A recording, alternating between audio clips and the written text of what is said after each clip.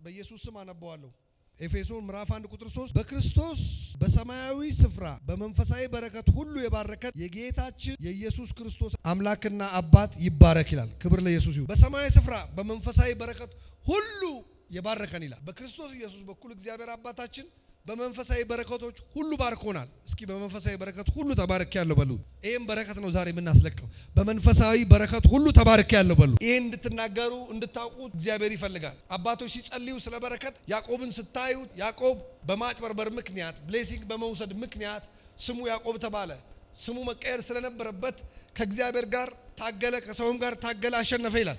ታገለ ሲል ለመነ፣ አጥብቆ ያዘ፣ አጥብቆ ታገለ። አሁንም አለ። ክብር ለኢየሱስ ይሁን። አያሌ ጊዜ ክብር ለኢየሱስ ይሁን። አጥብቆ መለመን አንዳንዴ ያሰለቻል። ለምሳሌ አንድን ጸሎት 15 ቀን መጸለይ አይሰለችም?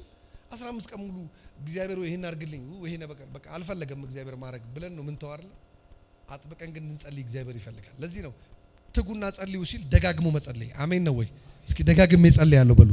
በረከትን ፍለጋ ጸልያለሁ በሉ። ሰላምን ፍለጋ ጸልያለሁ። አሜን። ሞገስን ፍለጋ ጸልያለሁ በሉ። እስኪ አሜን ነው ወይ? እና ሰው ስለሆነን ይሰለቻል። የምትዘገይ ተስፋ ልብን ታሳዝናለች ስለሚል እግዚአብሔር ቃል ታገለ ይላል። ካልባረከኝ አለቅም ብሎ ታገለ ይላል። ምን አይነት በረከት ነው ብትሉኝ፣ ስም የሚያስቀይር በረከት ነው የፈለገው። ታሪክ የሚያስቀይር በረከት ነው የፈለገው። ሁሉ ነገር ሰጥቶታል እኮ። ብቻዬን ነበርኩ ሲሄድ ስመለስ ባለ ብዙ ሰራዊት ሆንኩ አለ።